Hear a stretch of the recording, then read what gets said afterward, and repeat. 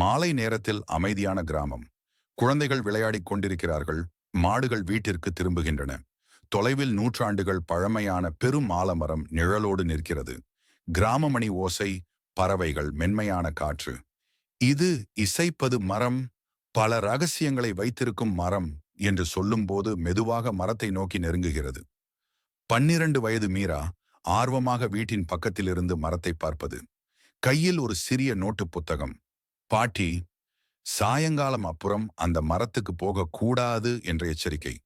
யாரும் பார்க்காமல் மீரா மெதுவாக வீட்டை விட்டு வெளியே வந்து மரம் நோக்கிச் செல்கிறாள்.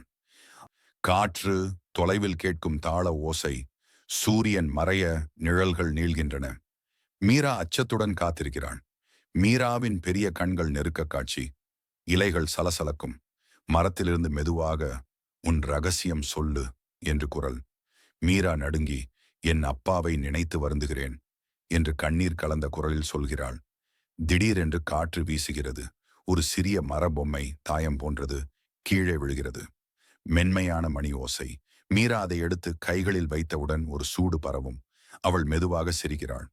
நாட்கள் கடந்து செல்லும் காட்சி. மீரா மரத்துடன் பேசுவது, சிரிப்பது, கிராமத்தில் பிறருக்கு உதவுவது, இனிய இசை.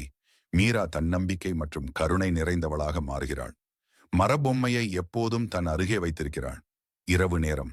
ஆலமரத்தின் இலைகள் நட்சத்திரம் போல ஜொலிக்கும். மென்மையான தாலாட்டு போல ஒரு இசை காற்றில் கலக்கிறது. கதை சொல்லி, "இந்த மரம் பயமுறுத்தாது, குணப்படுத்தும்" என்று சொல்கிறது. கேமரா வானத்தை நோக்கி மெதுவாக உயர்கிறது.